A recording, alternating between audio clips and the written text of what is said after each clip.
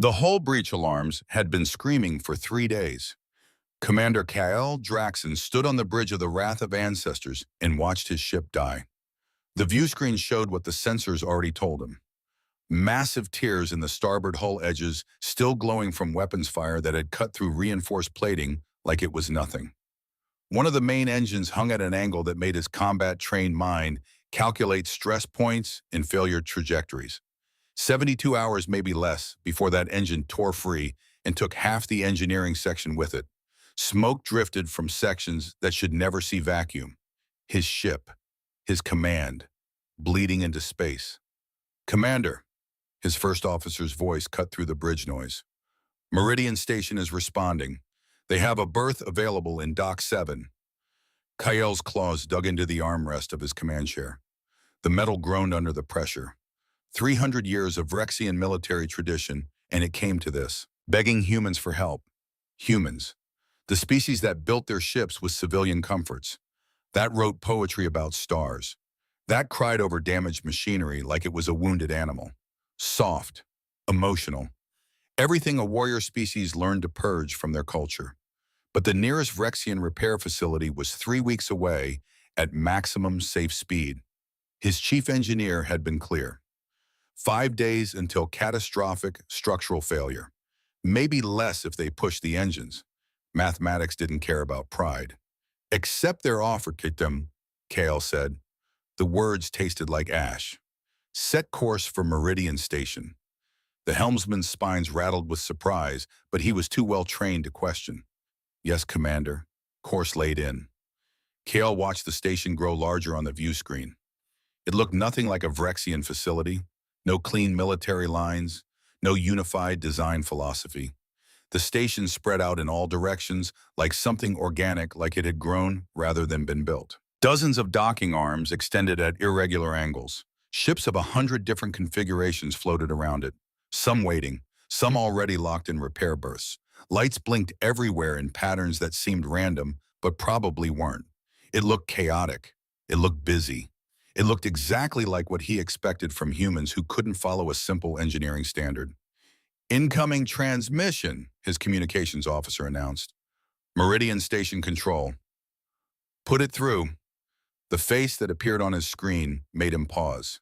Human, female, dark hair pulled back in a practical style that reminded him of military protocols. Brown eyes that looked tired but somehow alert at the same time. She wore a simple work uniform with identification that read, "Dr. M. Thorne, Station Director."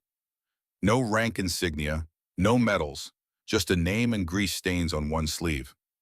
"This is Meridian Station," she said. Her voice carried quiet authority. "I'm Dr. Marina Thorne, Station Director. We received your distress beacon. How can we help?" Kael drew himself up to his full height. Even through a view screen, he would maintain Vrexian dignity. "I am Commander Kael Draxon of the Vrexian Defense Fleet, captain of the warship Wrath of Ancestors. My vessel has sustained combat damage.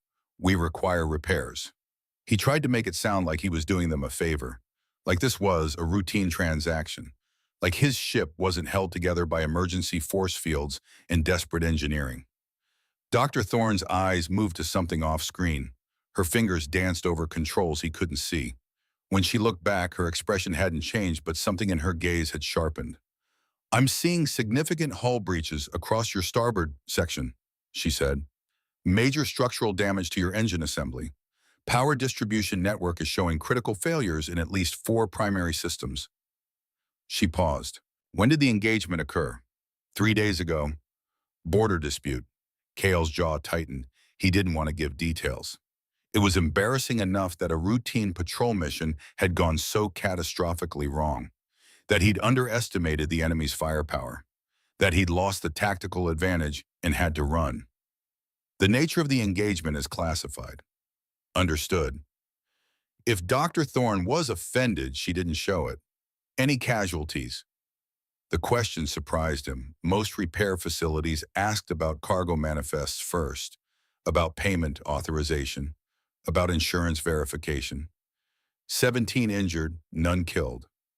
Something shifted in her expression. Relief maybe, or approval. "That's good, Commander. That's very good. She spoke to someone off-screen in rapid human language, too fast for Kale's translator to catch everything. Then she turned back. We can take you in Dock 7. I'm sending approach coordinates now. We'll do a complete structural assessment and give you a repair timeline within 6 hours. How long will the repairs take? Kale demanded. He needed certainty. He needed to know when he could return to his fleet, when he could salvage what remained of his career after this disaster. Dr. Thorne raised one eyebrow, a distinctly human gesture that somehow conveyed both patience and mild amusement. Commander, I just told you we'll give you a timeline in 6 hours, after we properly assess the damage. She glanced at her screens again.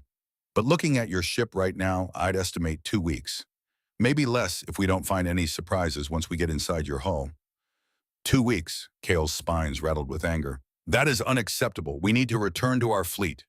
Dr. Thorne's tone remained measured, infuriatingly steady. Commander, your ship is held together by hope and some very stressed metal right now. You want it done fast or you want it done right, because fast repairs mean you'll be back here in a month when everything breaks again. Maybe in more pieces. Kyle wanted to argue, wanted to demand, wanted to remind this human that he was a commander in one of the most powerful military fleets in the sector. But he'd read the damage reports. His own engineers had said the same thing, just more politely, just with more technical jargon wrapped around the basic truth. His ship was dying. 2 weeks, he agreed. The words felt like shards of ice in his throat. Good choice, Commander. Dr. Thorne's expression softened slightly. Almost smiled. Follow the approach path carefully. Your starboard stabilizer is looking unstable. Welcome to Meridian Station. We'll take good care of your ship. The communication ended. Kale sat back in his command chair and watched his helmsman carefully guide their crippled vessel toward the station. Around them, other ships moved with purpose. Human repair shuttles zipped between vessels like insects. Everything looked disorganized to Vrexian eyes. But somehow it all worked.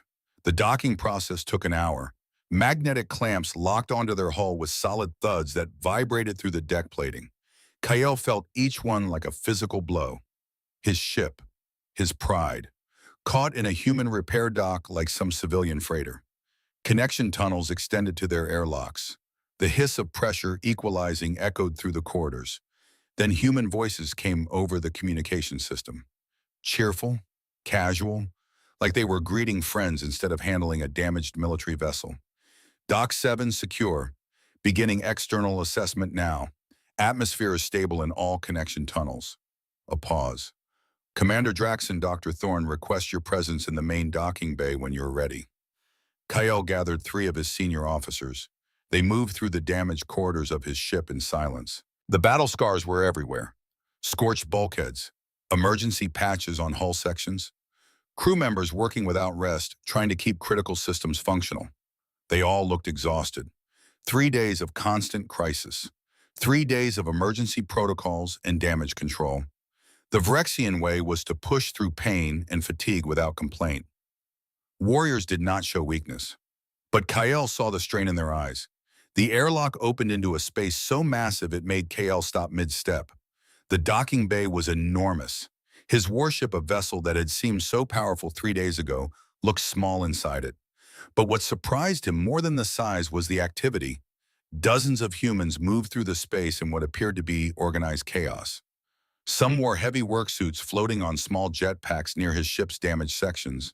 Others operated machinery that extended scanning equipment on articulated arms. Everyone seemed to be talking at once, shouting information back and forth. Not through formal communication channels. Just shouting, like civilians at a marketplace. It should have been unprofessional. It should have been inefficient. But Kyle watched a team of 5 humans coordinate the positioning of a massive structural scanner using nothing but hand signals and shouted corrections. They moved like they'd done it 1,000 times. Like they could read each other's intentions. Dr. Marina Thorne stood near a large holographic display that showed a 3-dimensional image of his ship. She was talking with 3 other humans pointing at different damaged areas. Their conversation was rapid, technical, full of jargon that Kale's translator struggled to interpret. When she saw him, she broke away immediately and walked over. "Commander, welcome aboard." She didn't salute. didn't bow. Humans apparently didn't stand much on ceremony. We're running full structural scans now. Should have preliminary data in another hour. She gestured to the massive hologram of his ship. Even in 3 dimensions, the damage looked catastrophic. Can I offer you and your crew anything while you wait? We have a crew lounge on deck 3. Food, medical attention for your injured. We require nothing, Kale said stiffly. Just repair our ship. Dr. Thorne looked at him for a moment. Something in her expression said she understood more than he wanted her to, like she could read the pride and shame warring behind his professional mask. All right, Commander, but the offer stands. She turned back toward the hologram, then paused. Oh, and Commander, your ship's name. Wrath of Ancestors. That's a powerful name. It honors those who came before us. I can tell. She looked up at the damaged vessel floating in the dock. She's been through hell, but she's got good bones. Strong construction. We'll have her flying proper again soon. She said it with reverence. Not about a machine, not a collection of metal and systems and weapons, as if the ship itself deserved respect. Kyle didn't know what to say to that, so he said nothing. He just watched as the humans swarmed over his broken warship and wondered what he'd gotten himself into. The first thing Kyle noticed over the next several hours was the noise. Human repair crews never stopped talking. They shouted information across the dock. They argued about the best approach to fixing specific systems. They made jokes, cutting through damaged metal with plasma torches. Some of them sang while they worked if the sounds his translator was picking up could be called singing. It should have been unprofessional. It should have been inefficient. But the work got done faster than Kale had ever seen. He positioned himself at an observation window on the second level of the docking bay. From here, he could watch the entire operation. His officers had returned to the ship to coordinate with their own engineering teams. Kale had ordered them to observe carefully, to learn what they could about human methods, to identify weaknesses. But mostly he watched because he couldn't look away. A human engineer was working on a section of his hull where weapons fire had punched through 3 layers of armor plating. The man had been there for 6 hours straight, according to the time display on Kale's datapad. His shift should have ended 2 hours ago.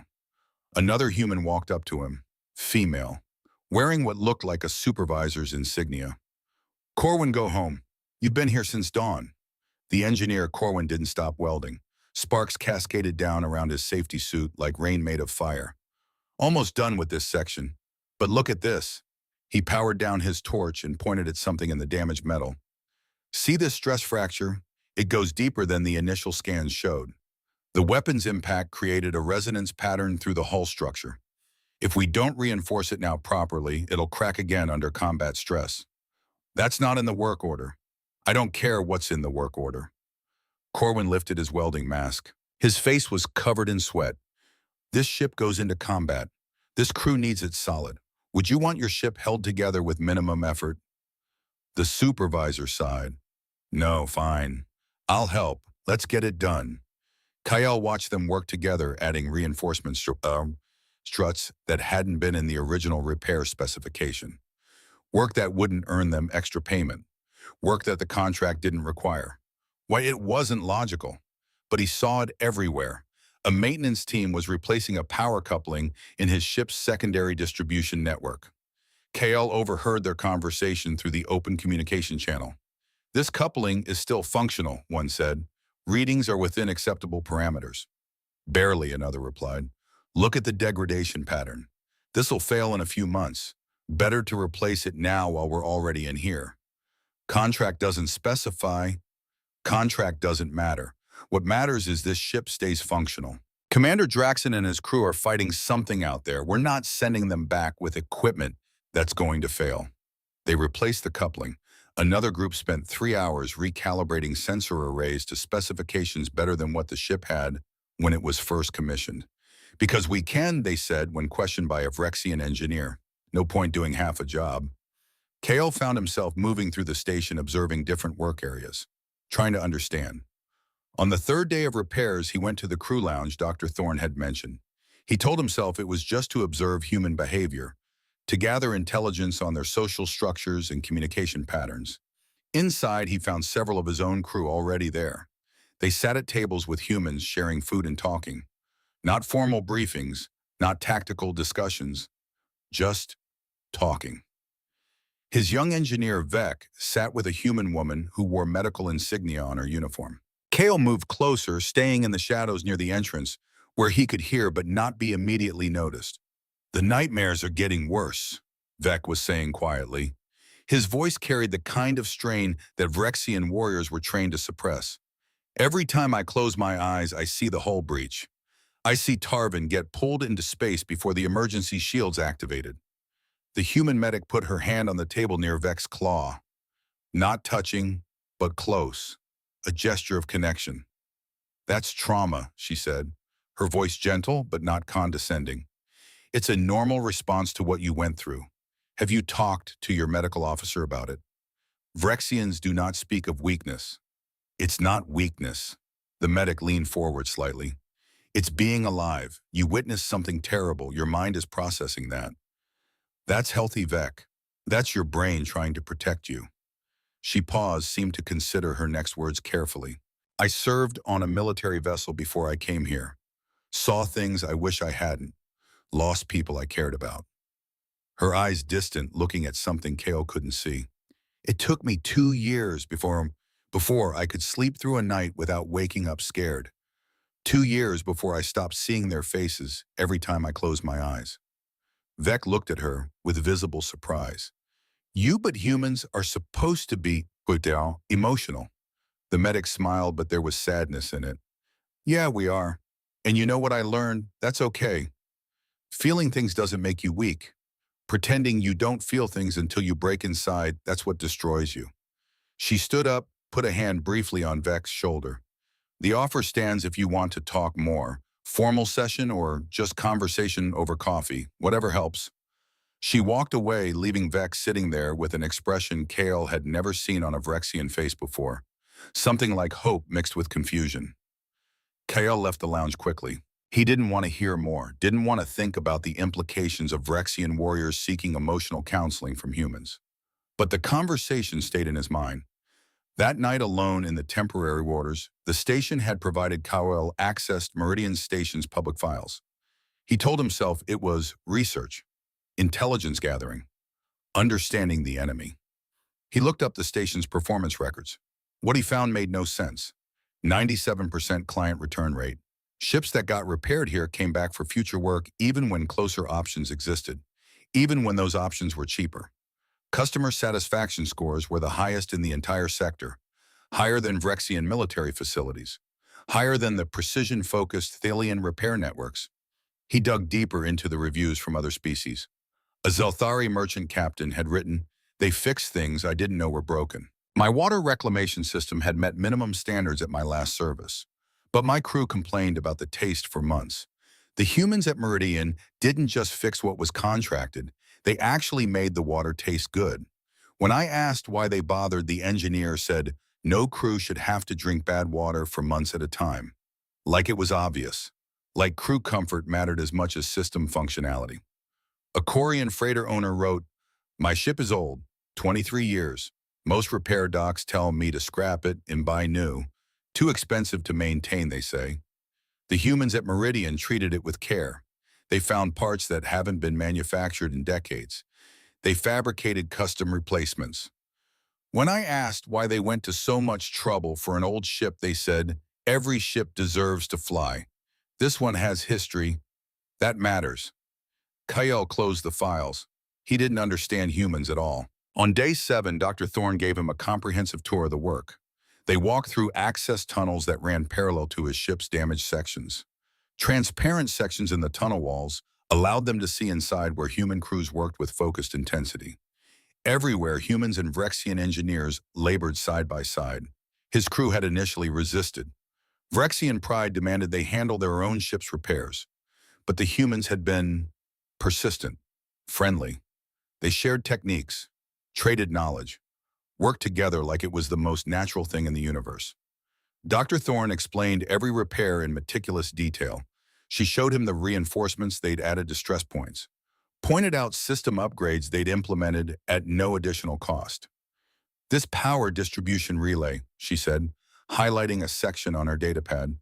"Your original design was solid, But we've developed a more efficient routing algorithm, reduces power loss by 8%, increases response time under combat conditions by 12%. Why give us this technology, Kale asked. It represents a tactical advantage. Because you'll need it. Dr. Thorne's expression was serious. Whatever you fought out there, Commander, it hit you hard. The weapon signatures in your hull damage are concerning. High-energy plasma with penetration characteristics we haven't seen before. You're going back out there. You should go back with the best equipment we can give you. They walked in silence for a few moments. Then Kale stopped. The question had been building in him for 7 days. Why? Dr. Thorne turned to face him. Why what, Commander? Why do more than the contract requires? Why spend extra time on systems that aren't damaged? Why care about water taste and old ships? And he gestured at the work happening around them. Why any of this? Dr. Thorne looked at him for a long moment, those brown eyes steady and somehow sad at the same time. Because this isn't just a ship to us, Commander. This is your home, your crew's home. You live here. You fight here. She put her hand on a reinforced bulkhead. The metal still showed scorch marks from the battle. Some of your crew will probably die here eventually, on this deck, in these corridors. She met his eyes directly. When we send you back out there, we want to know we did everything possible to keep you safe. It's not about the contract. It's about doing the job right. About knowing that when your crew faces whatever comes next, they have the best chance we could give them. That is not efficient, Kale said. No. Dr. Thorne's smile was slight. But it's effective. Our return rate is 97%, Commander. You know what the galactic average is? 40%. Most species fix a ship just enough to get it flying, then hope it doesn't come back with the same problem. We fix it properly, so ships don't die from shoddy repairs. So crews don't die because someone decided to cut corners and save time. She started walking again. Kyle followed his mind, working through the implications. You know what the other stations call us, Dr. Thorne continued. They say we're too emotional, too involved. They say we care too much about machines. She looked back at him. But ships aren't just machines, Commander. They carry lives, dreams, futures. Every ship that comes through these docks has a story. Yours is a warship that protects your people. That matters. That means something. They reached the main engine room. The space was a controlled chaos of activity. Kale's chief engineer, a female Vrexian named Sarah, worked alongside 3 humans. They were calibrating the plasma injector array, a delicate process that required perfect synchronization. What surprised Kale was the sound. They were laughing, not mocking, not nervous, just genuinely enjoying the work. Sarah was showing a human engineer a Vrexian calibration technique, explaining the mathematical principles behind it. The human was watching with intense focus, asking questions that showed real understanding. Then the human showed Sarah a different approach to balancing power flow, something humans had developed. Sarah's spines went rigid with interest, the Vrexian equivalent of excitement. Your chief engineer is brilliant, Dr. Thorne said quietly. She's taught my people 3 things this week we didn't know. New approaches to thermal management, a different way to calculate resonance frequencies in plasma containment. She watched the interaction with obvious satisfaction. That's why we do this too, Commander. Every ship that comes here teaches us something new. Every species has knowledge to share. Every culture has insights we don't have. You make us better at our jobs. You make us better engineers, better people. Kale watched his chief engineer work peacefully beside humans. Watched young Vec talking openly with the human medic about fears that Vrexian culture said should be suppressed. Watched the engineer Corwin working extra hours to make sure a repair was perfect. He thought about Dr. Thorne putting her hand on his ship's hull with respect. He thought about engineers who cared if water tasted good. Maybe humans weren't soft. Maybe they were something else entirely, something the galaxy had not seen before. Something that might actually be stronger than warriors who refused to feel anything at all. Kale stood alone in the observation deck later that evening, watching the work continue. Human shifts changed, but the work never stopped. New crews arrived, received briefings from those departing, continued seamlessly. His data pad chimed, a message from Fleet Command. He almost didn't open it. He knew what it would say. Demands for his return. questions about the delay, possibly a formal reprimand for taking so long with the repairs. But he was still a Vrexian officer. He opened the message. What he read made his blood freeze. Commander Draxon, intelligence has identified the vessels that engaged you. Sith Raider group operating outside treaty boundaries.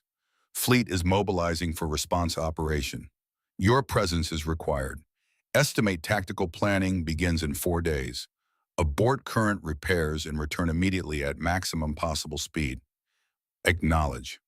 4 days. Kale looked at his ship through the observation window. The humans had been working for 7 days, Doctor. Thorne had estimated 2 weeks total. They were only halfway through the critical structural repairs. His ship would survive the journey back. Probably. The humans had stabilized the most damaged sections, reinforced the hull breaches. The engines would hold together under standard operation, but not under combat stress. Not in the kind of high-intensity engagement that Fleet Command was planning. If he returned now, his ship would break apart in the first real fight. His crew would die. Not from enemy fire, but from their own vessel failing around them. He could almost hear Dr. Thorne's voice. Fast repairs mean you'll be back here in a month when everything breaks again, maybe in more pieces. Kale looked at the message for a long time. Then he drafted his response. Fleet Command, Commander Draxon acknowledging. Structural repairs on Wrath of Ancestors are not complete. Current vessel status operational for standard flight, not combat ready. Estimate 7 more days for proper repairs. Request permission to complete repairs before returning. He stared at the words on the screen. A Vrexian commander requesting permission to stay with humans. To delay returning to his fleet. To prioritize repairs over immediate duty. It would look like cowardice. It would look like he'd been corrupted by human emotional thinking. It would probably end his career. But his crew deserved better than a ship held together with hope and stressed metal. He sent the message. The response came back in less than an hour. Request denied. Fleet operations take priority over repair completion. Return immediately. This is a direct order. Kale read it 3 times. Then he walked down to the docking bay and found Dr. Thorne reviewing damage assessments with her senior staff. Dr. Thorne, I need an honest assessment. If my ship leaves tomorrow as ordered by Fleet Command and engages in high-intensity combat within the week, what happens? Dr. Thorne looked up from her datapad. Her expression shifted immediately. She understood what he was really asking. Commander, your hull repairs are progressing well, but we've only completed about 60% of the critical structural work. Under standard operation, you're fine, but combat stress weapons impacts high-energy maneuvering. She pulled up a structural integrity simulation on the main display. Red zones covered half his ship. These sections will fail, not might fail, will fail. Your starboard hull will fracture under sustained weapons fire. Your engine mounting points haven't been fully reinforced. If you push your engines hard, and combat requires that you'll lose your entire starboard engine assembly. Best case scenario, you're dead in space. Worst case, she didn't finish the sentence. She didn't need to. How long to make it combat ready? 7 days, maybe 6 if we push hard and don't run into complications. Kale looked at his ship, his home, his crew's home. Then he looked back at Dr. Thorne. I've been ordered to leave tomorrow. I can't stop you from leaving, Commander, but I can tell you that if you take this ship into combat in its current state, you're sentencing your crew to death. Silence stretched between them. In the background, welding torches sparked. Machinery hummed. Humans and Vrexians worked together on a ship that wasn't ready to face what waited for it. Kyle made his decision. Continue the repairs, all of them. I will inform Fleet Command that I cannot return until the work is complete. Dr. Thorne's eyes widened slightly. Commander, I don't want to cause problems with your command structure. You're not causing anything. I am making a command decision. My crew's survival takes priority over political convenience. He walked back to his temporary quarters and sent another message to Fleet Command. Respectfully, I cannot comply. Wrath of Ancestors is not combat ready. Will not risk crew lives by departing prematurely. Estimate completion in 7 days. Draxon out. The response came back almost immediately. Longer this time, harsher, formal reprimand. threat of court-martial for insubordination, demand for immediate compliance. Kyle read it all. Then he saved it to his personal files and went to sleep. Tomorrow he would face the consequences of his choice. Tomorrow his career would probably end.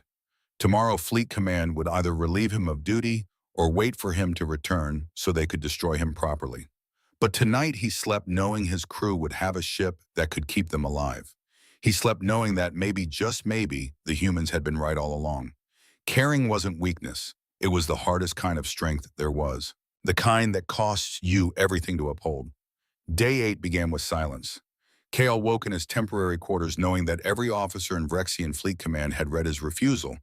Somewhere in the vast network of military bureaucracy, his name was being discussed, analyzed, judged.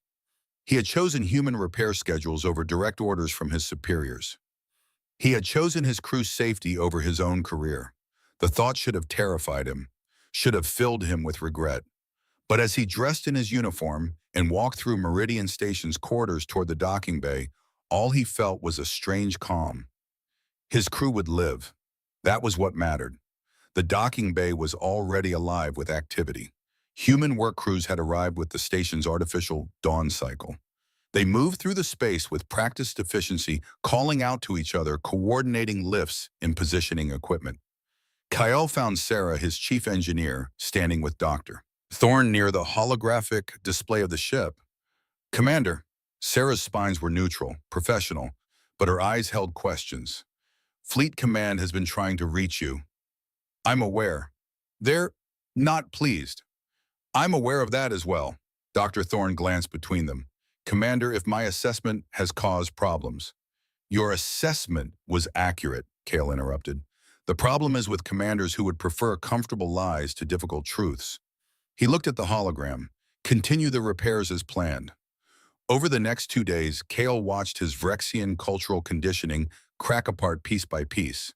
He observed Dax Corwin, the human engineer who'd worked 16-hour shifts training a young Vrexian technician in advanced welding techniques. The lesson lasted 3 hours. Corwin's shift had ended an hour before he started. He stayed anyway. "Why?" the young Vrexian asked. Kale was close enough to hear through the open comm channel. "Why teach me your techniques? We could use this knowledge against you." Corwin's laugh echoed through the bay. "Could you? Or maybe. But you know what? If sharing knowledge makes someone better at their job, makes ships safer, makes crews survive fights they otherwise wouldn't." He shrugged. "That's worth the risk, every time." He watched Ellis Varnes, 70 years old, working on a custom part fabrication. The man's hands were scarred from decades of labor. They trembled slightly from age, but they moved with absolute precision as he calibrated the molecular assembler. Kale approached him during a break. "You've been here a long time," Kale said. Ellis looked up, eyes bright despite the weathered face. "Third generation of my family working this station. We're coming up on 90 years of operation now. Built to last. 3 generations, dedicated to repairing other species' ships.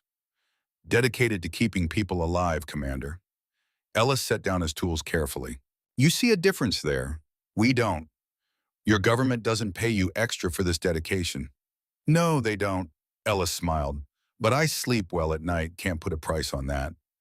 Kale found himself in the crew lounge more often, watching his crew interact with humans. Vec had multiple sessions with the human medic.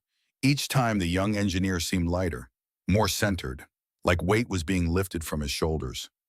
Other Vrexian crew members began opening up too, about fears, about losses in the battle, about nightmares and guilt, and all the things Vrexian warriors were never supposed to acknowledge. The humans listened. They didn't judge. They didn't tell them to be stronger, to suppress the weakness, to be better warriors. They just listened. And somehow that was enough. On day 10, KO confronted Dr. Thorne directly. He found her in her office reviewing repair schedules and crew assignments.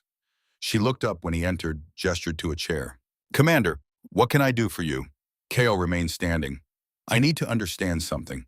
Your entire philosophy, this caring, this emotional investment in machinery and strangers." He leaned forward. "It's inefficient. It clouds judgment. It makes you vulnerable." Dr. Thorne set down her datapad. "Does it?"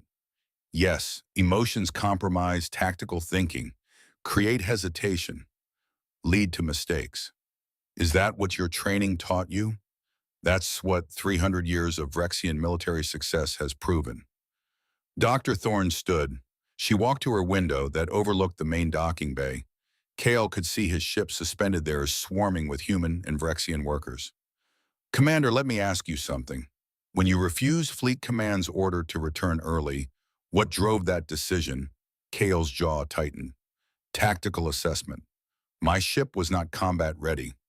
And, and what, and what else, Commander? Dr. Thorne turned to face him.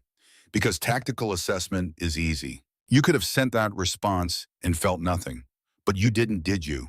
You felt something when you made that choice. Kale said nothing. You felt responsible for your crew, Dr. Thorne continued. You imagined them dying because you rushed back with inadequate repairs. You couldn't live with that possibility.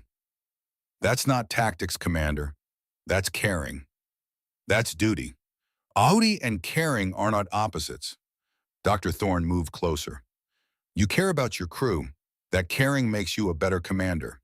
Makes you fight harder to keep them alive. Makes you make difficult choices that pure logic wouldn't support. Logic says you should have obeyed your superiors. Logic says one commander's career is worth sacrificing for fleet operational readiness. Logic says the needs of the many outweigh the needs of your crew. Dr. Thorne's voice was relentless, but not unkind. But you didn't follow logic. You followed your heart, and your crew will survive because of it.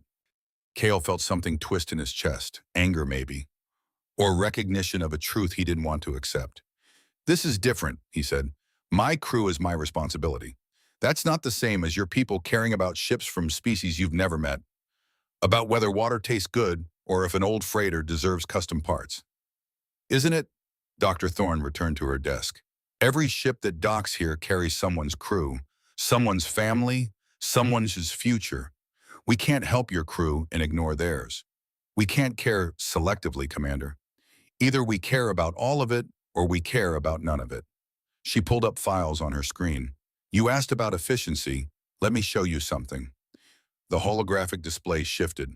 This is the Wandering Star, Korean medical transport. Came here for repairs 18 months ago. We upgraded their refrigeration systems. Not in the contract, but medical supplies need precise temperature control. We made it better. The image changed. 6 months later, they were caught in a pirate attack.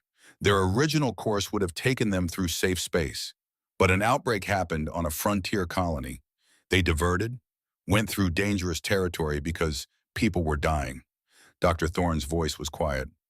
The attack damaged their ship, but our upgraded systems kept the medical supplies viable. They made it to the colony, saved 4,000 lives. Another image. We didn't know that would happen when we upgraded their systems. We just knew it was the right thing to do. She looked at Kyle. That's not inefficiency, Commander. That's investment. You can't predict which act of caring will save lives. So you do all of them. Kale stared at the image of the medical transport. You're asking me to believe that emotion makes you stronger. I'm asking you to consider that maybe strength comes in forms your culture hasn't valued. Dr. Thorne closed the files. Vrexian warriors are formidable. Your discipline, your tactical thinking, your combat effectiveness, all exceptional. But you've also cut away part of what makes soldiers fight hardest, which is knowing what they're fighting for, feeling it, not just understanding it intellectually. She met his eyes. Your crew is changing, Commander. They're talking about their fears, processing their trauma, connecting with others who understand. They're becoming whole again. And when they go back into combat, they'll fight better. Not despite the emotional processing, but because of it.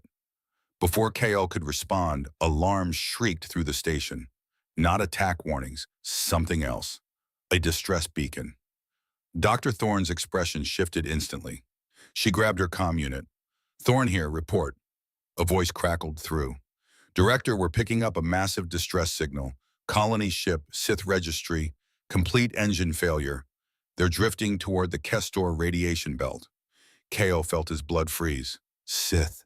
Doctor. Thorne was already moving, running toward the command center. Kale followed automatically, his combat training overriding thought. The command center was controlled chaos. Humans rushed to stations, pulling up sensor data, calculating trajectories, running simulations. A massive holographic display dominated the center of the room. It showed a ship, huge, colony vessel configuration, dead in space drifting on momentum alone toward a zone marked in angry red. The Kestor radiation belt, a natural phenomenon, beautiful from a distance, absolutely lethal up close. How many? Dr. Thorne demanded. 40,000. The sensor operator's voice was tight. Mostly civilians. Colony manifest shows families. They're heading to a new settlement world. Time until they reach the belt. 6 hours? Maybe less. Kyle stared at the display. 40,000. 40,000 Sith. The species that had fought 3 wars against the Vrexians. The species responsible for the deaths of hundreds of thousands of his people. The species that had burned Vrexian colonies and laughed about it in their propaganda broadcasts. He felt rage rise in him, old, deep, the kind of hatred that was bred into Vrexian culture through generations of conflict. Let them die. The thought came unbidden, automatic. Let them drift into the radiation. Let their engines fail. Let them face the consequences of their species' actions. Justice. Finally. But Dr. Thorne was moving through the command center issuing orders. Calculate rescue approach vectors. I want engine diagnostics from any Sith vessel specs we have in the database. Pull every engineer who has experience with Sith propulsion systems. She turned to her second in command. Prepare to split resources. Half the crew continues work on the Vrexian warship. Half mobilizes for emergency rescue operations. The words cut through Kale's thoughts like a blade. What? His voice came out harder than intended. What did you just say? Dr. Thorne looked at him. Her expression was resolute. We're going to save them, Commander. They're Sith. They're people, Picky. People who would let us die without a second thought. Maybe. Dr. Thorne's voice didn't waver. But we don't base our actions on what others would do. We base them on what's right. Kale felt the room shift around him. This couldn't be happening. This couldn't be real. You said you would split resources. Each word came out careful, controlled. That means diverting engineers from my ship's repairs. Yes. Our contract guarantees completion in 2 weeks. You assured me of that timeline. I did. Then you cannot help them without breaking your agreement with me. Kyle made sure his voice was clear. Formal, giving her the logical out, the reasonable excuse to turn away. Your current resources are allocated to repairing my vessel. Doctor. Thorne studied him for a long moment. Commander, are you giving me permission to walk away from 40,000 civilians facing death? I'm giving you a logical reason to honor your commitments. That's not what I asked. Silence stretched between them. The command center continued its controlled chaos around them, but in this moment, it was just the two of them. Kale and this human woman who was about to do something impossible. No, Commander, Dr. Thorne said quietly. I can't walk away from them. Even if it breaks our contract, even if it means your repairs take longer, even if it costs us everything we've built here. She straightened. Some things matter more than contracts. She turned to her crew. Listen up. Her voice cut through the noise. Every human in the command center stopped and looked at her. We're splitting resources. Half the crew stays on the Wrath of Ancestors. Half goes to emergency rescue operations on the Sith colony ship. We maintain our 2-week deadline for Commander Draxon's repairs. That means double shifts, triple shifts if needed. She paused.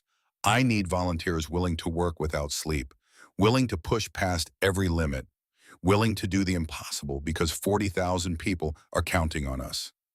Every single hand in the room went up. Immediately, without hesitation. KL stared at them. These humans who should have been asking about compensation, about safety, about whether this was even their responsibility. Instead, they just raised their hands and got ready to work. That's impossible, KL heard himself say. You cannot complete my repairs on half resources in the same time frame. Dr. Thorne looked at him. Something in her expression made his chest tighten. Commander, you've been here 10 days. You've watched us work. You've seen what we do. She moved closer. Do you really think we can't do impossible things when lives depend on it? Before KL could answer, she was giving orders. The room exploded into activity. Humans ran to gather equipment. Communication channels opened to the rescue shuttles. Repair teams began reconfiguring for emergency operations. In less than 20 minutes, half of Dr. Thorne's crew was gone, launched toward a ship full of Sith civilians, toward the enemy. KL stood in the command center watching the rescue operation coordinates appear on screens. He felt like reality had fractured around him. Everything he knew about humans said they were soft, emotional, weak. But this wasn't weakness. This was something else entirely. He left the command center and returned to the docking bay. The humans remaining there had already shifted into a higher gear. They moved faster, worked with even more focus. No breaks, no pauses. One of them was Dax Corwin. KO found him in the engine room 36 hours later. The man's eyes were bloodshot. His hands shook from exhaustion, but they moved with perfect precision as he calibrated power distribution relays. "You should rest," Kale said. Corwin laughed. It sounded slightly unhinged. "Can't, Commander. People are dying out there. Dr. Thorne's crew is buying them time. But if we don't finish our work on schedule, it means nothing. She'll have failed her word to you. Can't let that happen." "Why do you care?" Kale heard the frustration in his own voice. "They're Sith. Your species has no alliance with them. No treaty obligations, no strategic interest." Corwin stopped working. He turned to look at Kale, and something in his expression made the Vrexian take a step back. "They're people, Commander. Families. Kids trying to get to a new home. Maybe grow gardens. Raise children. Live their lives." Corwin's voice was steady despite the exhaustion. "That's all that matters. Your species fought them 20 years ago. I know. My father died in that war." Kale felt something cold settle in his stomach. "Then why? Those 40,000 civilians didn't kill him, Commander." Corwin turned back to his work. "They're just people trying to survive. Same as us, same as you. I can't help my father. He's gone. But I can help them." He adjusted a connection, checked the readouts. "So I will." Kale left the engine room feeling like he'd been struck. He went to the observation deck, pulled up the communication feed from the rescue operation. Dr. Thorne's voice came through, directing her teams with precision. "Team 3, I need that power conduit bypassed in the next hour. Team 7, how's the reactor stabilization coming?" A tired voice responded. "Slow going, Director. The damage is worse than initial scans showed. We're basically rebuilding the entire plasma injection array from scratch." "Can you do it in the time we have?" A pause. "Yes, we'll do it." "Good. Keep me updated. Remember, we're not aiming for perfect. We're aiming for good enough to get them clear of the radiation belt. We can do proper repairs after they're safe." Hours passed. KL watched the rescue operation unfold through sensor data and communication intercepts. He watched Dr. Thorne's team fight against impossible odds. Hour 48. The colony ship's engines flickered to life for 30 seconds, then died again. The rescue team had been working for 2 days straight. No sleep, minimal food, just endless grinding work in hostile conditions near a radiation belt that would kill them if they miscalculated. Hour 52. A human engineer's suit tore during an EVA repair. Radiation exposure. They pulled her back inside, but the damage was done. She'd survive, but she'd never work in space again. Her career ended saving Sith civilians. Kyle watched it happen through the sensor feed. Watch them pull her inside. Watch them keep working. Hour 60. The colony ship's engines came online. Emergency power only. But enough, the massive vessel began to turn. Slowly, fighting its own momentum. Fighting the gravitational pull toward the radiation belt. In the station, humans cheered, some cried, then they went back to work. Because KL's ship still needed repairs. Because Dr. Thorne had made a promise. And apparently humans kept their promises even when it destroyed them. Hour 72. Dr. Thorne returned to the station. Kale was waiting in the docking bay when her shuttle arrived. She walked down the ramp looking like death itself. Her uniform was stained with coolant grease and what might have been blood. Her eyes were hollow from exhaustion. She moved like every step cost her. But she walked straight to the command center to check on his ship's repair status. Her second-in-command met her halfway. "Director, you need medical attention." "Status report first." "We're on schedule. Wrath of Ancestors will be ready in 7 days as promised." Dr. Thorne nodded. Then her legs gave out. She just collapsed, like someone had cut her strings. Medical staff rushed forward, caught her before she hit the deck. Kyle followed as they carried her to the medical bay. The doctor was already running scans, establishing IV lines, checking vitals. 72 hours without sleep. Hasn't eaten properly in 3 days. Radiation exposure from working near the belt. She's just exhausted and dehydrated. She'll be fine. The doctor glared at Dr. Thorne's unconscious form.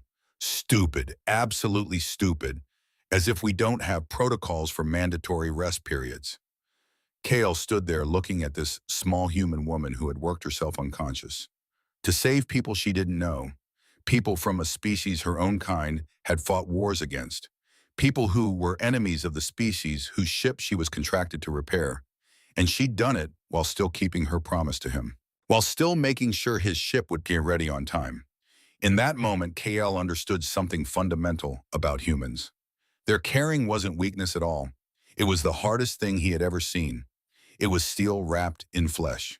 Strength that other species couldn't even recognize because it looked nothing like the strength they knew. A message arrived on his datapad from the Sith colony ship. He read it slowly. To Dr. Morena Thorne and the crew of Meridian Station. You saved our children. You saved our future. We have no words adequate for this debt. The Sith do not forget. If you ever need anything anywhere, we will answer. You have our eternal gratitude. Kale looked at the message for a long time. Then he went to find Sarah, his chief engineer. She was in the main engine room working alongside a human team.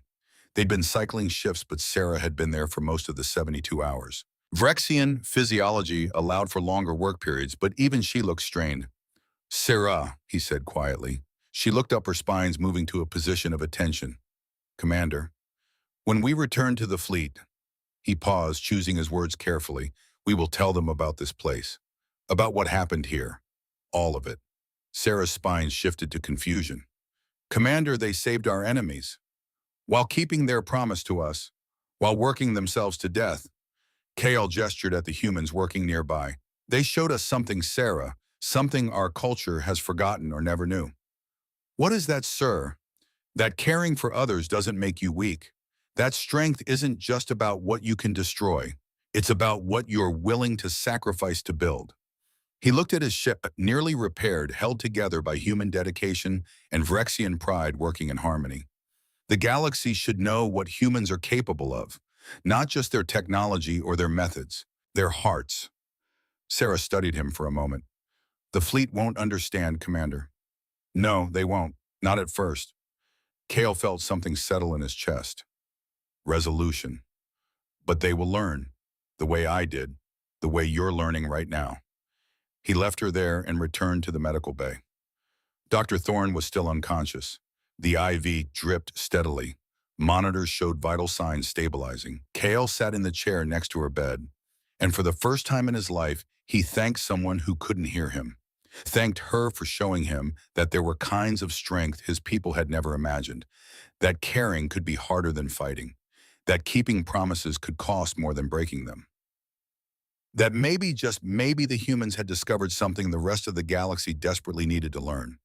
Outside, the work continued, humans and Vrexians together.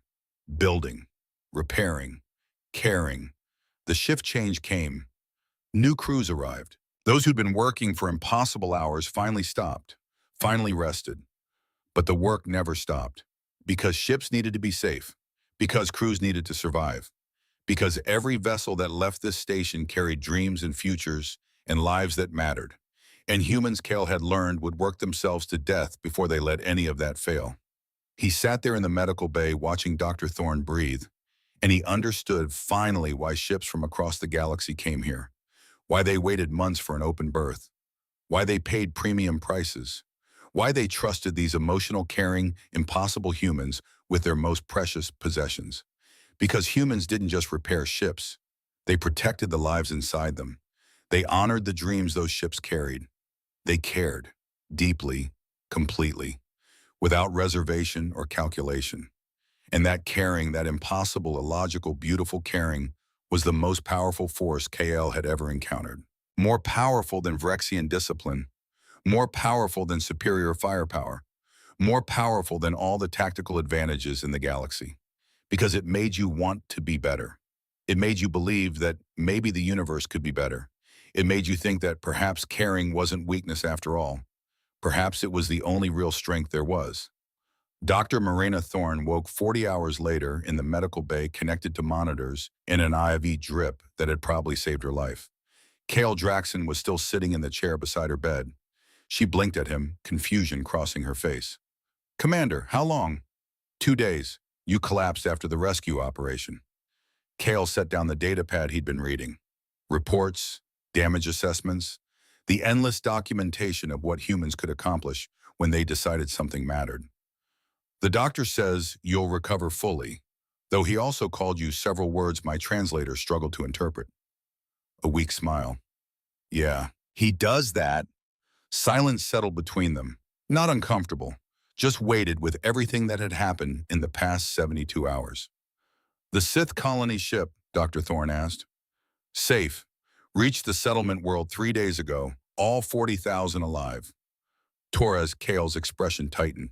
Torres, the engineer who'd been exposed to radiation during the rescue, who'd sacrificed her career to save people she'd never met. Stable, recovering. Her exposure was significant. She won't work in space again. Dr. Thorne closed her eyes. Pain flickered across her face, but she nodded. She knew the risks. We all did. And yet you went anyway. Yes. Why Kai? Kale leaned forward. Not the philosophical answer. Not the speech about caring and doing what's right. The real answer. Why risk everything? Dr. Thorne opened her eyes and looked at him directly. Because if we don't, who will? Her voice was quiet but steady. The galaxy is full of species making calculations about acceptable losses, about strategic value, about whether saving lives is worth the cost. She gestured weakly at the medical equipment around her. Someone has to care about the math that doesn't fit spreadsheets, about the 40,000 civilians who don't have strategic value, about the water that tastes bad and the old ships and the crews who need more than minimum specifications. She met his eyes. Someone has to care, Commander. Even when it's hard, especially when it's hard. Otherwise, what are we building out here? What's the point of civilization if we only protect the lives that are convenient to save? Kyle sat back. Those words settled into him like stones dropping into deep water. You're going to change everything, he said. What do you mean this, what you did, what you are? He gestured at the station beyond the medical bay. You're going to force the entire galaxy to redefine what strength means. Doctor. Thorne smiled faintly. That's assuming anyone notices. They'll notice. 3 days later, KL stood in his temporary quarters and composed the most important message of his career. His ship was nearly complete. Another 4 days and the Wrath of Ancestors would be fully operational. Combat ready. Better than it had been before the battle that nearly destroyed it. But that wasn't what this message was about. He recorded it carefully, knowing that every word would be analyzed, that his entire future hinged on how he explained what had happened here. Fleet Command, Commander K.L. Draxon reporting. He kept his voice formal. Military. I defied direct orders to return early from Meridian Station. I chose to remain for complete repairs rather than risk my crew in combat with an inadequately repaired vessel. This decision was mine alone. I accept full responsibility for the consequences. He paused. This next part would end his career. He knew it with absolute certainty. During my time at Meridian Station, a crisis occurred. A Sith colony vessel carrying 40,000 civilians experienced a catastrophic engine failure. They were drifting toward lethal radiation. Dr. Thorne, the station director, chose to split her resources to attempt a rescue while maintaining our repair schedule. Kyle looked directly into the recording device. I could have prevented this. I could have invoked our contract, demanded full resources remain dedicated to my vessel. Dr. Thorne gave me that option. Instead, I chose to support the rescue effort. He let that hang in the air. I made this choice because in 10 days at this station, I observed something that challenges everything our culture believes about strength and weakness. I watched humans work themselves to exhaustion for no compensation. I watched them care about ships and crews from species they have no alliance with. I watched them risk their lives, their careers, their futures to save our enemies. His voice roughened despite his efforts to maintain control. I watched a 70-year-old human engineer work 60 hours without rest because he believed every ship deserves to fly safely. I watched a young engineer sacrifice her entire career to save Sith children she'll never meet. I watched Dr. Thorne work for 72 hours straight until her body collapsed, all while keeping her promise to repair my vessel on schedule. Kyle stood straighter. Fleet Command, I am not asking for understanding. I am not requesting forgiveness. I am stating facts. Humans are not weak because they care. They are stronger than any species I have encountered precisely because they care. They have discovered a form of strength we have never valued, a discipline harder than any combat training. The ability to sacrifice everything for principle, for strangers, for the simple conviction that lives matter. He took a breath. The Sith colony ship is safe. All 40,000 survived.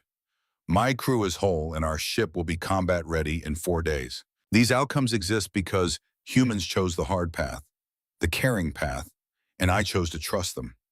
Final words, the ones that would seal his fate. I would make the same choice again. Every time. If that makes me unfit for command in the Vrexian Defense Fleet, then I am unfit. But I will not apologize for learning that there are kinds of courage our culture has ignored. Draxon out. He sent the message. Then he sat down and waited for the end of his career. The response came 18 hours later. KL almost didn't open it. Whatever judgment waited inside would be final. Absolute. But he was still Vrexian, still a warrior.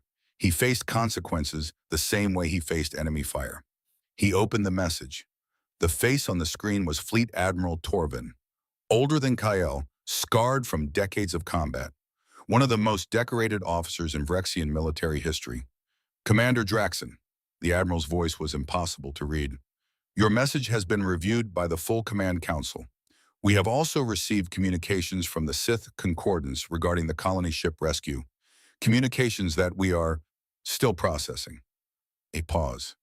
Your decision to remain for complete repairs in defiance of direct orders represents clear insubordination. By standard protocols, you should be relieved of command and face court-martial. Kale felt his spine stiffen. He'd expected this, prepared for it. However, Admiral Torvin leaned forward. The Sith government has formally acknowledged that Vrexian and human cooperation saved 40,000 of their civilians. This represents a diplomatic development of significant magnitude. 3 wars, Commander, 300 years of hostility, and in 72 hours you helped create the first genuine possibility of peace we've seen in generations. The Admiral's expression was unreadable. Additionally, the survival of your entire crew, the superior condition of your vessel, and the tactical intelligence you have gathered about human capabilities and philosophy represent strategic value that outweighs procedural violations. Kyle didn't dare breathe. You are not being court-martialed, Commander. Instead, you are being assigned to a new position. Effective immediately, you will serve as Vrexian liaison to Meridian Station and similar human facilities. Your mission: learn everything you can about human methods, document their techniques, and most importantly, help us understand how to integrate this caring philosophy into our own operations without compromising military effectiveness. Admiral Torvin's expression softened slightly. We don't understand what you've seen, Commander, but we trust your judgment. Show us. Help us learn what humans know that we don't. The message ended. KL sat in stunned silence. Not court-martialed, not relieved.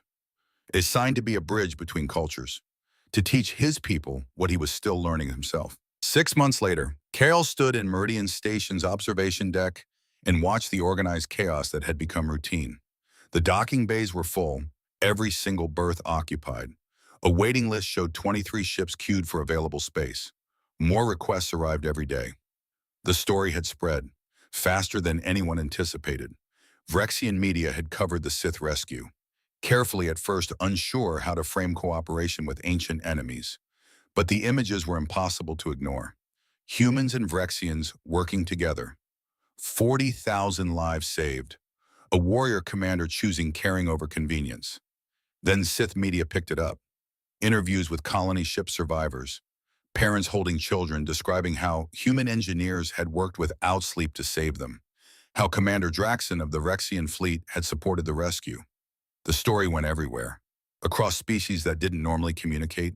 Across political boundaries that hadn't been crossed in generations. And ships started coming, not just for repairs, but to understand, to learn, to see if the stories were true. "It's getting ridiculous," Dr. Thorne said, appearing beside him at the observation window. She looked better now, rested, though Cale had noticed she still worked too many hours, still pushed too hard. Some things he'd learned were fundamental to character. "You should expand," Cale suggested. "Build additional facilities. Train more crews." "We're considering it, but I'm worried about losing what makes this work." She gestured at the docks below. "The moment it becomes about scale and efficiency instead of care, we've failed. We'll have become just another repair network. The demand will not decrease." "I know," Dr. Thorne sighed. "We're trying to find balance. Train people who understand the philosophy, not just the techniques." A ship was docking in Bay 3. Cale recognized the configuration. Vrexian military vessel. Patrol cruiser similar class to his own. "Another one of yours," Dr. Thorne noted. "Fourth this month. Word is spread through the fleet." "What are they saying?" Cale considered his answer carefully. "That something changed here. That their ships fly safer, their crews fight better, their engineers think differently after coming to Meridian." He watched the cruiser settle into its berth. "That maybe the humans know something we need to learn." Dr. Thorne smiled. "And what do you say, Commander, in your reports to Fleet Command?" "The truth. That I came here thinking you were soft, that I left understanding you're the strongest people I've ever encountered." He turned to face her. "That caring isn't weakness. It's the hardest discipline there is." They stood in comfortable silence watching the work below. Humans and aliens moving together. Sharing techniques. Building something that transcended species in old hatreds. "Commander Draxon," a voice called from the entrance. One of Dr. Thorne's assistants. "Ambassador Saris has arrived. She's requesting to meet with you and the director." Cale and Dr. Thorne exchanged glances. Ambassador Saris of the Galactic Concordance. Three-eyed Aquilian diplomat. One of the most powerful political figures in known space. The Concordance had sent observers before, asked questions, but never an ambassador of Saris's rank. They found her in the main conference room, studying holographic displays of station operations with intense focus. Her scales shimmered blue and silver under the lights. All three eyes tracked different data streams simultaneously. "Ambassador," Dr. Thorne said, "welcome to Meridian Station." Saris turned. Her gaze settled on them with unsettling intensity. "Dr. Thorne, Commander Draxon, thank you for seeing me." Her voice had that musical quality common to Aquilians. "The Concordance has become very interested in your operations here." "We're just a repair station, Ambassador. Just a repair station that has somehow altered shipping patterns across 3 sectors. That receives recommendations from species who rarely agree on anything. That achieves something we all thought impossible: Vrexian and Sith cooperation." Saris's center eye focused on Kyle. "We want to understand why." Over the next hours, they gave her a comprehensive tour, showed her the docks, the repair bays, the supply warehouses, explained procedures and training programs, and quality control systems. Saris listened, asked precise questions, observed everything with those 3 unsettling eyes. But Kyle could tell none of this was what she really wanted to know. They stopped at Dock 9. An old Quarian freighter was being repaired. The ship looked ancient, patches on patches, systems that should have been replaced a decade ago. "This vessel is 47 years old," Saris observed. "It would be more cost-effective to scrap it." "Probably so," Dr. Thorne agreed. "But it belongs to Captain Joreth. He's owned it for 23 years. He's saving money for his daughter's education. This ship is how he earns that money." "And you believe this justifies extensive repairs?" Dr. Thorne looked at the ambassador. "Do you have children, Ambassador?" Saris's scales rippled. Surprise. I have 3 offspring. Would you do anything to give them a better future? Of course, I am. Then you understand Captain Joreth. This ship isn't just metal to him. It's his daughter's future. Every repair we do protects that future. Dr. Thorne put her hand on the viewport. So yes, it justifies extensive repairs. They continued the tour. Saris watched humans and aliens working together, shared meals in the crew lounge, saw the memorial wall where lost ships were remembered with names and dates. You have a memorial for ships, Saris asked, studying the engraved names.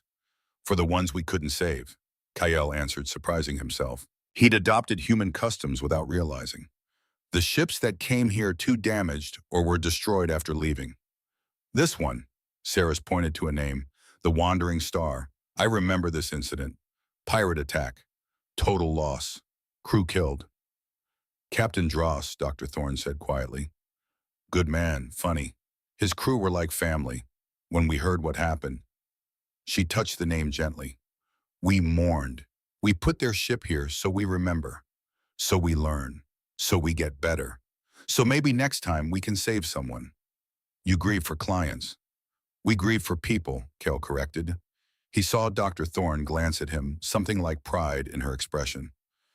Saris was quiet for a long time. Then she asked the question they'd been waiting for. What is your secret? Dr. Thorne, the Concordance, has studied your methods extensively. Your technology is not superior. Your facilities are adequate, but not exceptional. Your procedures are actually less efficient than standard protocols by most metrics. Yet your results are unprecedented. What do you do that others don't? Dr. Thorne considered her answer carefully. Come with me, Ambassador. I want you to meet someone. She led them to the maintenance level, away from the main docks, into a small workshop filled with custom fabrication equipment. An old man worked at a precision lathe, white hair, hands scarred from decades of labor, moving slowly but with absolute precision. This is Ellis Varn, Dr. Thorne said. He's 70 years old. He's been working on ships for 52 years. He could have retired 15 years ago with full benefits. He stays because, in his words, the ships need him. Ellis looked up, nodded at them, went back to his work. Ellis isn't our fastest worker, Dr. Thorne continued. Not our strongest, but every ship he touches flies safer. Every repair he makes lasts longer, because he cares deeply, personally, about every single vessel that comes through these docks. She turned to face Saris. You want to know our secret, Ambassador? It's simple. Every species in the galaxy sees ships as tools, as resources, as assets to be maintained and eventually replaced. Dr. Thorne walked to a window overlooking the docks. Humans see them differently. We see homes, we see dreams, we see the people inside trying to live their lives. She pointed to a merchant vessel being repaired. That's the Silver Dawn. Captain Threx trades medical supplies. If we do shoddy work, those supplies might not arrive. People might die, so we don't do shoddy work. Not because a contract demands it, because people need those supplies. Another ship. That's the Morning Light, family ship, parents and 3 kids. Colonists heading to a new world. If our repairs fail, those children die in space. So we check everything twice. Make sure it's perfect, because those kids deserve to reach their new home. You make it personal, Saris said slowly. We make it human. Dr. Thorne faced the ambassador. Other species are logical, efficient, practical. Those are valuable things. But humans, we care. Sometimes too much, sometimes inefficiently. But that caring drives us to excellence that pure logic never reaches. She moved closer. When you care about something, you don't accept good enough. You demand better. You work harder. You check one more time. You stay late. You do extra. Because it matters. Because the people inside that ship matter. Because their dreams deserve protection. Saris walked to the window, looked out at the busy docks, at the humans and aliens working together, at the ships being cared for like they were precious. The Concordance wanted me to understand why ships prefer human repairs, she said quietly. I believe I'm beginning to understand. It's not superior technology. It's not efficiency. It's relationship. Trust. She turned back. It's caring. Yes, this is not how most species operate. I know. Dr. Thorne's smile was gentle.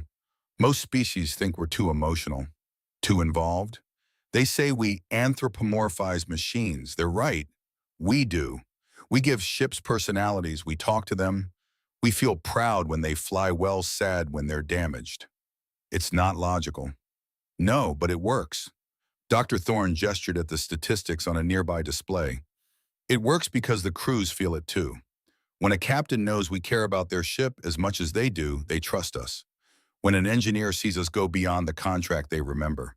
When a family watches us work all night to fix their home, they tell others. Trust builds reputation, Ceres said.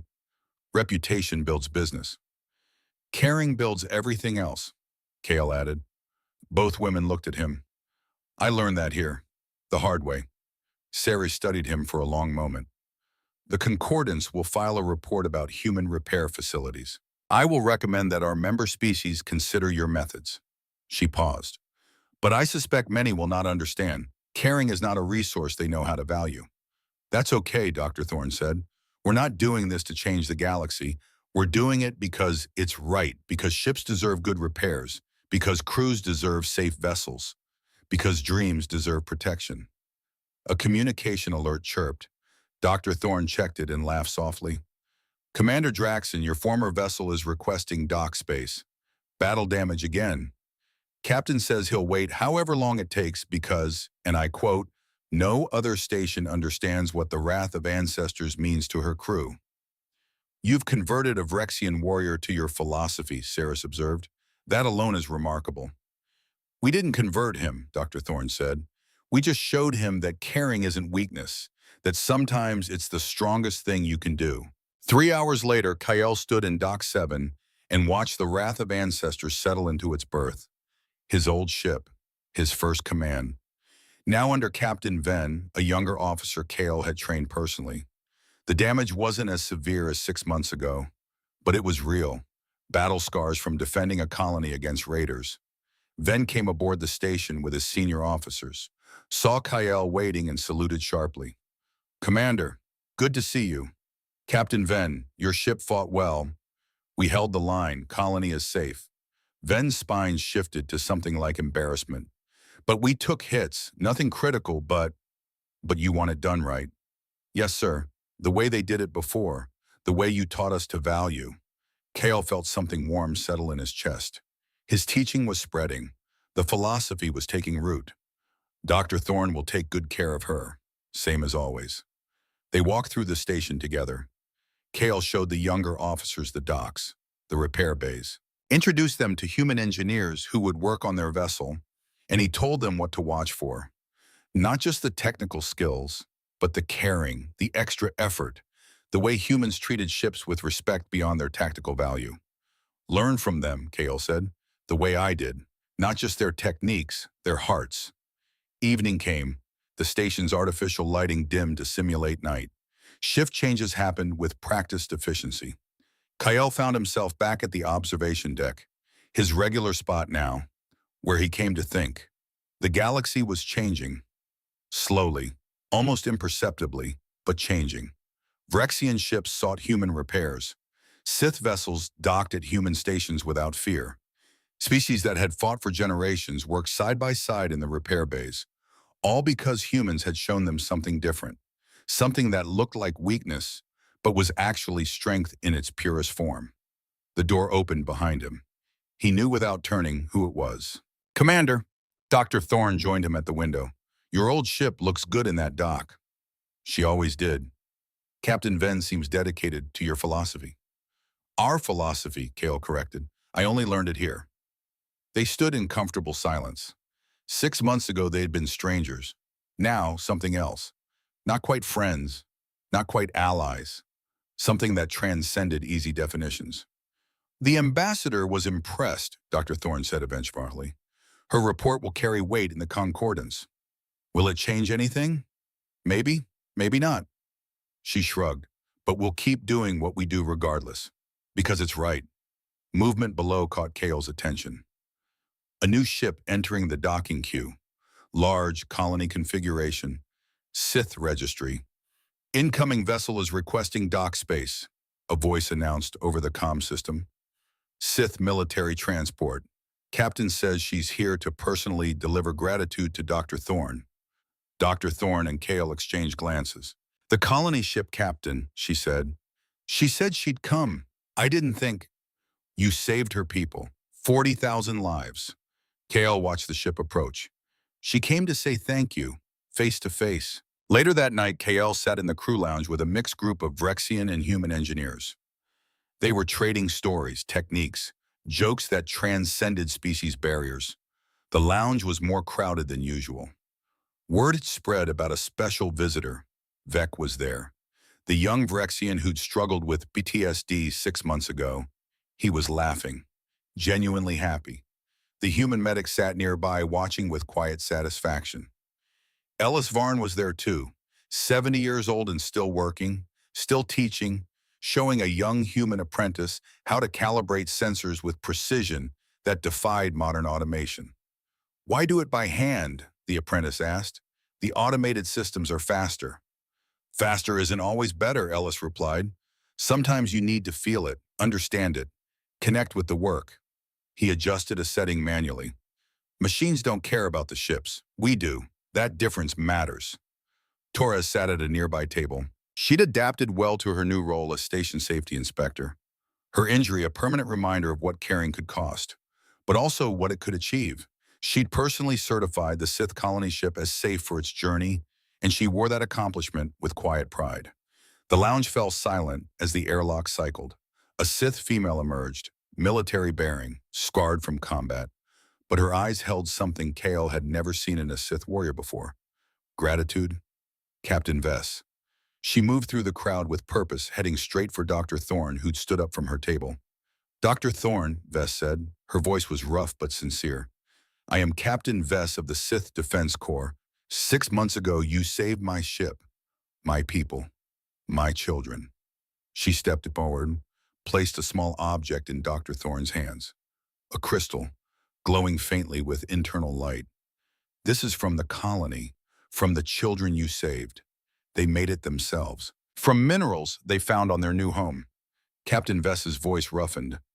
They wanted you to have something from the world they reached, the world they wouldn't have seen without you. Dr. Thorne held the crystal carefully. In the quiet lounge, every species present could see her hands trembling slightly. Captain, you saved us, while keeping your promises to our ancient enemies, while sacrificing your own. Captain Vess turned to Kyle. Commander Draxon, I know our histories.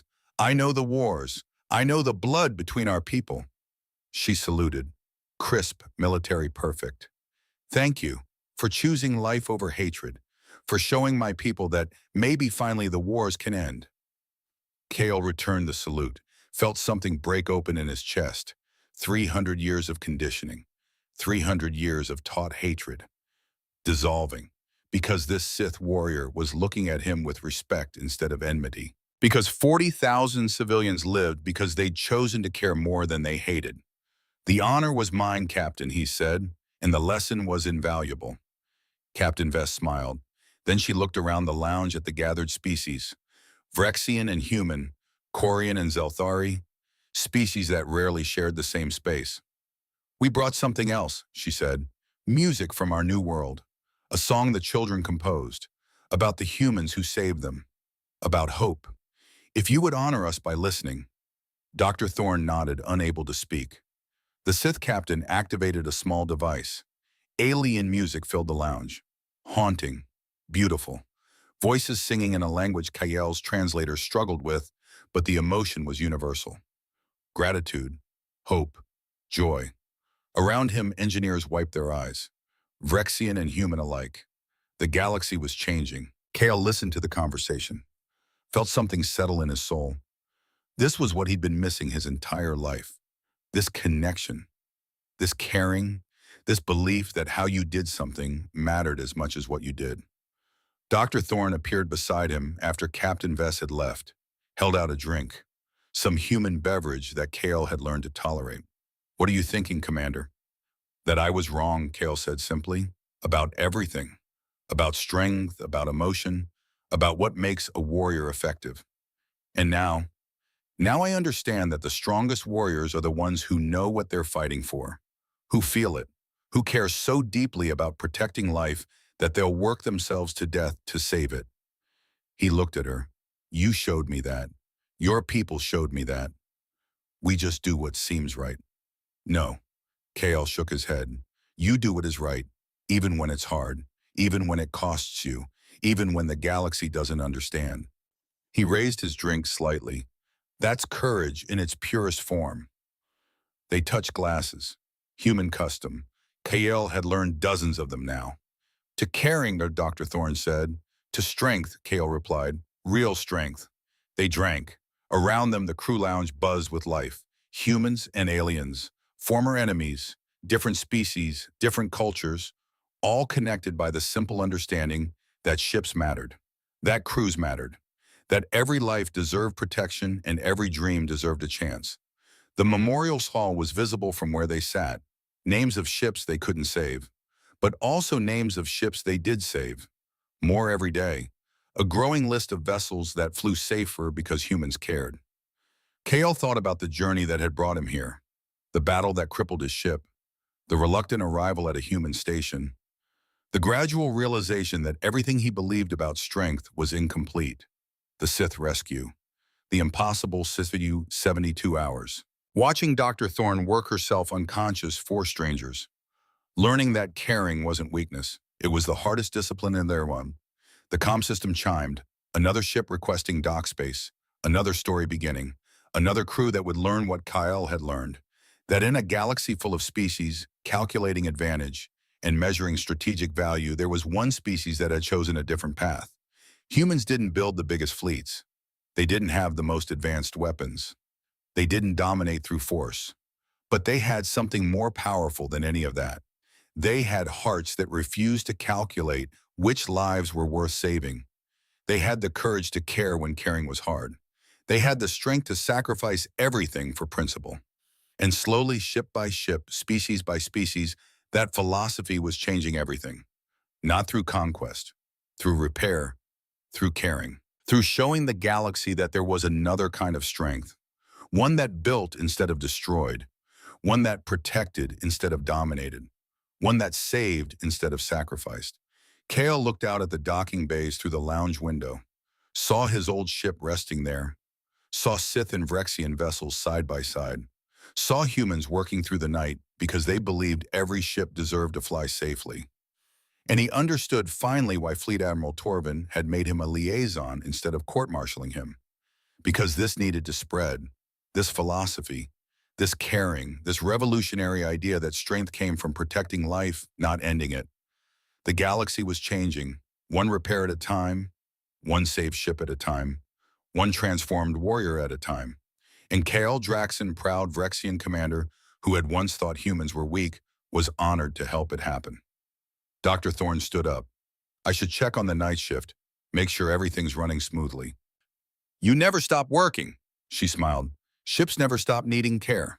Come on, I'll show you the new technique we're developing for plasma conduit repairs. I think your people will find it interesting. Kyle followed her out of the lounge, back to the work, back to the endless task of keeping the galaxy's ships flying, keeping its crews safe, protecting the dreams that traveled through the stars. Behind them, human and alien engineers laughed together. Torres discussed safety protocols with a Vrexian officer. Ellis Varn shared tea with Captain Vess, trading stories of ships and the people who loved them. Ahead, the docks glowed with work lights and purpose. And somewhere in the vast darkness of space, a Sith colony thrived because humans had cared enough to save them. Because Kyle had chosen trust over hatred. Because 40,000 lives mattered more than pride or profit or political convenience. The galaxy was changing, and it was beautiful.